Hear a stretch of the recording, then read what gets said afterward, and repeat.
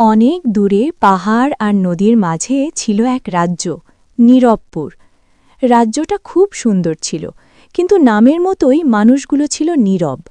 কারণ বহু বছর আগে এক ভয়ঙ্কর যুদ্ধ রাজ্যের হাসি কেড়ে নিয়েছিল। নীরবপুরের রাজা ছিলেন রাজা অরিন্দম। তিনি খুব শক্তিশালী ছিলেন, কিন্তু হৃদয়ে ছিল গভীর কষ্ট। যুদ্ধে নিজের ভাইকে হারানোর পর থেকে তিনি আর কখনো হাসেননি। একদিন রাজ্যে এলো এক অচেনা বালক। সে রাজদরবারে এসে বলল, রাজ্য বাঁচে শুধু দেয়াল আর সেনাই নয়, রাজ্য বাঁচে মানুষের মনে। সবাই অবাক। রাজা রেগে গেলেন, কিন্তু বালক ভয় না পেয়ে বলল, আপনি যদি হাসেন, রাজ্য আবার বাঁচবে।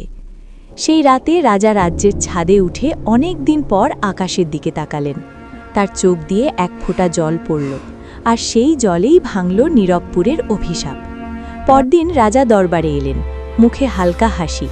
মানুষ আবার কথা বলতে শুরু করল, শিশুরা খেলল, নদী যেন আরও জোরে বয়ে চলল।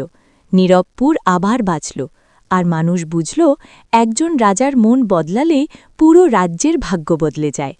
ভিডিওটা ভালো লাগলে অবশ্যই একটা লাইক করো, চ্যানেলে নতুন হয়ে থাকলে চ্যানেলটা সাবস্ক্রাইব করে নিও এরকম নতুন নতুন ভিডিও দেখার জন্য। আজকের মতো এইটুকুই, আবার দেখা হবে পরের ভিডিওতে।